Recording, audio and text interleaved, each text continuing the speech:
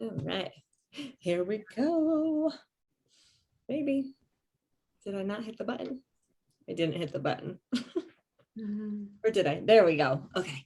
All right, we are live.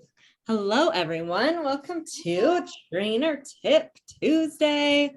Hope you guys are having a wonderful, wonderful week. I don't know about you, Marissa, but I don't know. These weeks have been so busy recently that I get to Tuesday and I'm like, man, I keep thinking it's Thursday. I like my week just seems so off.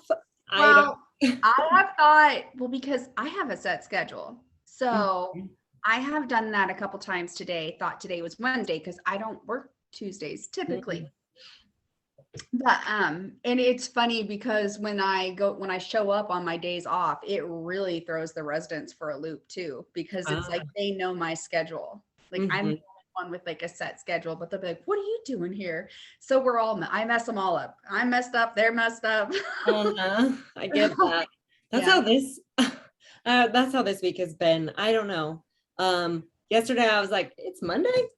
Like it Mhm. feels like, well, and for me too, coming right off of a army weekend, it's just like go, go, go, go, go. And then you You get no haven't break. really had like a gap in your Yeah, work week per se. Yeah. exactly. So yeah, but today's been a great day. Hi, Eric. Thank you for joining us. Um, what are you guys doing for Easter? So let us know what you guys have going on for Easter. What are you doing, Marissa? Well, we are going to go down to Binkelman Mm-hmm. and do Easter there. Well, I don't really know. So Abigail has to work on Easter. Oh no. Yeah. Why? So we're going to go down there and it's going to be just a real quick trip. Because she was going to drive back by herself because she had to work Sunday. And I'm like, I don't, something about me doesn't feel right. Just like sending her by herself home. So Yeah. How long is the drive? 3 hours one way. Okay, that's a bit of a So drive. yeah, so we'll come back Saturday night. Maybe just have like a little she works like nine, like a brunch hour because she works out at the golf course, Mm-hmm. a real fancy golf course. So Fun. That's yeah. awesome. Yeah, so you guys let us know what you're doing for Easter, and that'll also kind of steer our conversation. Today we're talking about how to navigate Easter, how to still enjoy Easter, and stay within your health and fitness goals. But we're also going to talk about, just different ways to approach the holidays as well. We are going to celebrate Easter on Saturday. Our little neighborhood has we started this last year and it's so fun. They have like Easter egg hunts in the yards and it's broken up by age groups. So that's Saturday morning after our team call. I was like, oh no, I'm not going to be able to do the Easter thing because of our team call, but our team calls at 8 and then that's at 9:30. So we're having like a neighborhood brunch and then the kids get to That's so cool. yeah, hunt Easter eggs depending on their age group. So like they're a little more hidden if you're older, but last year, Evie was 2. So there was It was like just like these being these kids. colorful. I know it's so fun. And then they have like a candy cannon that shoots off, and the kids just like are so freaking excited about the candy cannon. So it's a lot of fun. I still have to get Easter eggs. So we fill Easter eat like plastic little Easter eggs and give them to the neighbors that are running it, and they go set up the yards and stuff. So That sounds really cool. I'm excited. It was so much fun last year, even though like we were still kind of in COVID. We didn't do it the year before, I'm pretty sure. So and that's also why we stayed in our neighborhood. We love our neighborhood. So if any of you guys are watching, you guys are amazing. I've had several clients or trained several clients in the neighborhood as well. So it's we just have an awesome place here. And we couldn't, like, when we were looking at homes a couple of years ago before our remodel, we were like, I don't want to leave our neighborhood. We're like really central, we're close to the freeway, and we're in just such an amazing neighborhood. So I'm glad it all worked out for us to stay here. Nice. um, so before we dive into our approaches, like the 1% better mentality, 80/20, those kind of things, Marissa, I wanted to talk about challenges, like things that are a challenge to moms, anybody when it comes to holidays. And the first thing I was thinking of, I actually heard somebody say this on a story or something today, was we have the all or nothing mentality. A lot of people have all or nothing mentality. And right now it's very normal for people to go through Lent where they are restricting themselves, and then, or, it's a religious preference, right?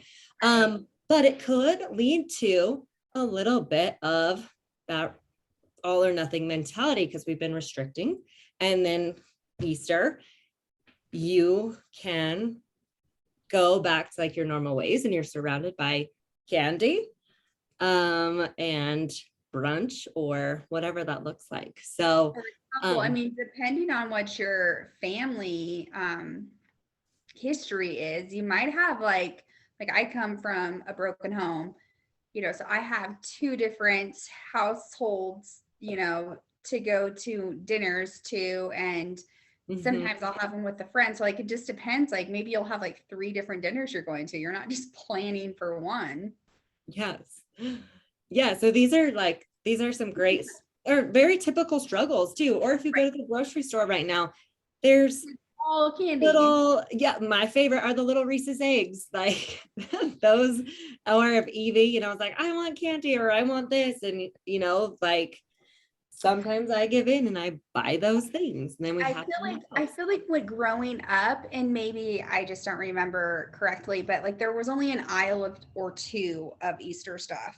There's literally like 5 aisles per holiday of things. Yeah. Like it's crazy. So, and they're all very appealing, and they're like right there as you walk in too. Yes. So here's tip number 1. When you do go grocery shopping or you're going to get your Easter candy, don't go hungry. So when you go hungry grocery shopping, you are 10 times more likely to just grab whatever it's like a free for all. But if you go there after having like some food in your stomach, the chances are you have a little bit more discipline and self-control. So I wasn't even thinking about that, but that's a good tip for those of you that do the shopping in your household. So those are just some challenges I was thinking of as we were talking about, enjoying Easter.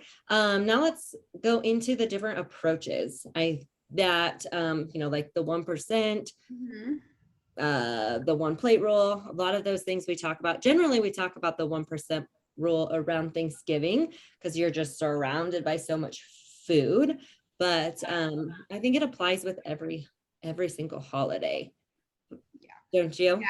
Yeah. And I think the most important thing going into it is just like, it's really up to you how you choose to approach the holiday. Just having the plan is like the biggest part to this entire life, is having a plan. Yes. And sticking, like you said, having that plan, setting an intention and following through with it. And even one step further, sharing it with someone. Because if you share it with somebody who's going to hype you up and who's going to like hold you accountable, like someone who's going to be like, how'd you do? Because then you want to, like, I don't know about anybody else, but me, like, I want to make them proud. So I'm going to be like on my best behavior kind of thing, but yeah. Not really, but you know what I mean? Like, I'm going to hold myself to a higher standard because I've told somebody what my plan is. Now I have to really follow through with it. Yeah, exactly. So let's kind of talk about like 80-20 and what that could look like going into, let's say, you're having Sunday brunch or Sunday dinner. How could we plan out our day, right? What would that look like in a little bit of moderation? So do you want to start or you want me to kick it off? I'll let you go ahead. Go ahead. So what I was thinking is I like, kind of as Coach Marissa said, having that plan ahead of time. So if you're having a Easter dinner and, or multiple Easter dinners, that could be a possibility as well.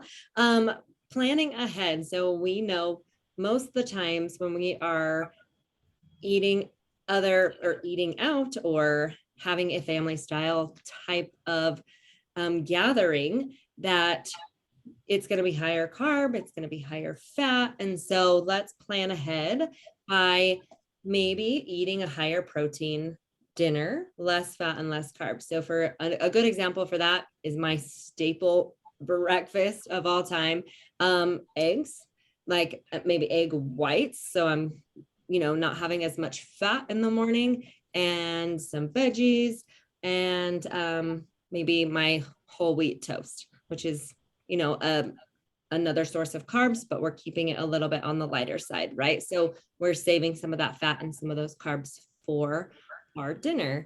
But having that moderation approach, right? So if you were to so here we are, we're at Easter dinner, and you want to look at your meal or look at your plate, right? So let's say we are sticking to the one plate. I'll let you talk about the 1% rule, but I'm going to just talk about moderation on your plate. So we like to talk about flexibility, right? So 80% of your food's coming from whole foods, and the other 20% coming from soul foods. So if you take a look at your plate and you want about 80% coming from those whole foods and 20% coming from soul foods. And if you're looking at it and you're like, oh, this is like 50-50, maybe that's, the moderation that you're taking for this account for this dinner. And that can kind of lead into our one plate rule. Do you want to talk about that one? Yeah. The one plate rule is a great rule. Like, I think it really fits for anywhere you're at in your journey, unless you're wanting to do full on macros. Some people are really serious in their journey and they have some really solid goals. And that's like I said, it's your goal. It's all up to you how you want to approach it. But the one plate rule is just kind of having, not free for all, but like having a little bit of everything, so that you don't feel restricted. And the important thing about this is it's just one plate. So you don't want to make it like super high. I mean, still get a little bit of everything so that you don't feel restricted. And this is something that has really worked for me. When you finish your plate, if you still feel like you want seconds, wait 15 minutes. Okay, just wait 15 minutes. If you still feel like you want to go back for more, I mean, I'm not going to say you can't, but I'd be really surprised if you do, because by that time your body has actually digested the food and you probably are full. Mm-hmm. Because like we had said in the beginning, Thanksgiving dinners, Easter dinners, they're higher in carbs. So they are going to be more satiating. They are going to make you feel fuller if you just give it time to digest. Yes, I'm glad you said that. I think that's really important too.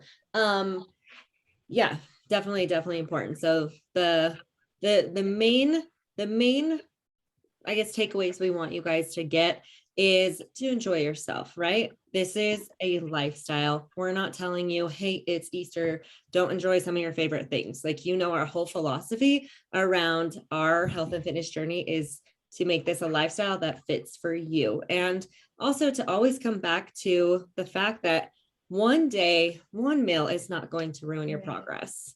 And you don't have to throw it all away because maybe you did go back for seconds. It doesn't have to be all or nothing. That doesn't mean might as well just go all week. That's not what we're saying at all. Exactly. So yeah, let us know what you guys are doing for Easter. We're interested. I'm excited. I'm excited for Easter. Actual Easter, we'll be traveling to Vegas for that, the Next Gen Summit Mastermind, which is going to be a lot of fun.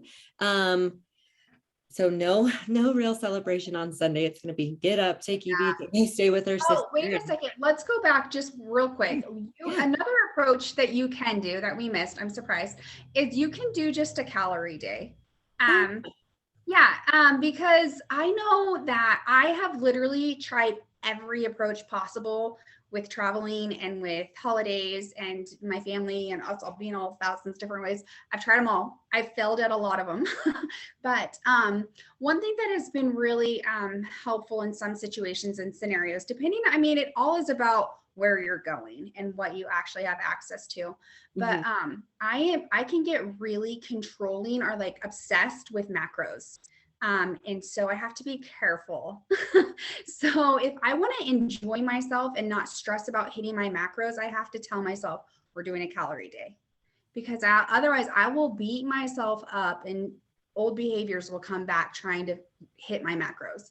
Mhm. So it's a great approach, just like, to just stay at or below and just focus on your calories, not hitting your macros, just focus on Yes. calories. And that's I'm glad you brought that up too, because this is a lifestyle, right? We're keeping it within our calories so that we know we're still going to be able to maintain our weight where we're at. But also if you are with your family and it's a lot of homemade meals, this doesn't have to be perfect. You do not have to be like, well, okay, what was in this casserole, right? Yeah. Just And then you're trying to control it all. That's what I was saying. I can get there real quick. yeah. So just put it in MyFitnessPal, do it, guesstimate as best as you can, guesstimate using your hand to estimate portion sizes. This is just your best guess. Doesn't have to be perfect, but it's going to help keep you, within your calories. And aware of what you're taking in, because boy, those numbers can get away from you when you're not paying attention. Oh yeah. I mean, I even sometimes, I'm like, oh, I haven't tracked my foods today. And this happened the other day. I was like super busy. I hadn't tracked my meals. And I'm like, but man, I'm starving. I haven't it's been such a busy day. I haven't really eaten anything. And then I sat down and I plugged in my meals and I'm like, whoa, I've eaten more than I thought I had, but they were higher, dense little foods or snacks because I didn't have time to actually sit down and eat a full meal. And, those things add up quickly. So just being aware is huge. Like that's what, if anything, we want you to take away from today. Have some awareness, learn a little bit about yourself, have an intention going into the day, and then learn from that. Right. And that's where the 1% rule comes in place. Like whatever didn't work for you this Easter, do better for Mother's Day, or whatever holiday's next. Just be 1% better, because you have to screw up to figure out what does and doesn't work for you. You just do. Exactly. And like you I said, hate to say that, but it's the truth. And we've all screwed up along our health and fitness journey. Even us being coaches, we're like far from perfect. And that's one thing I remember when I was working at the gym. I had clients that are like, oh, you must not eat pizza. You don't know what it's like. I'm like, what are you talking about? I eat pizza. I do these things. And they just, had this impression that I was perfect 100% of the time. And that was during my like bodybuilding phases. So I was a little bit more strict, had that all or nothing mentality for sure. But I was like, that's not what I want to teach you guys. So that was a mistake on my part. And definitely human and full of errors. Exactly. We have our own character defects too. Yeah. Well, hope you guys took something away from this. Think about 1%, can't talk, 1% better, one plate rule, and just that 80-20. So those are just some different techniques that you can use, and calories, just sticking with calories.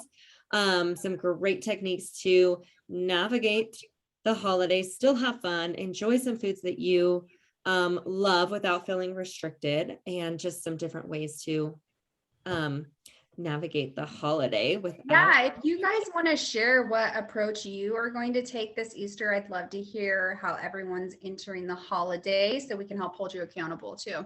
Yes, exactly. Like you said, letting somebody know too is huge. So, well, thank you guys for joining us. Tomorrow, Coach Ken and I will be live. We're actually going to go a little bit deeper into what whole foods are and what those soul foods are. Just to dive a little bit deeper. We want to keep this like super simple and have a little bit of fun at the same time with breaking down those barriers for you guys. Also, we have our Love Yourself, Love Your Body workshop coming up in Nebraska in less than 3 weeks. We're like 2.5 weeks away. It is going to be here before we know it. So I'm super excited. On our High Five Positivity Challenge and win a ticket too. Yes, we have some great momentum going on inside of it. It's so much fun. I know. I want to start asking too in our group, like how everybody's feeling. We're only 2 days into it, but maybe tomorrow. Let's ask tomorrow. How are you guys feeling? I think it's awesome.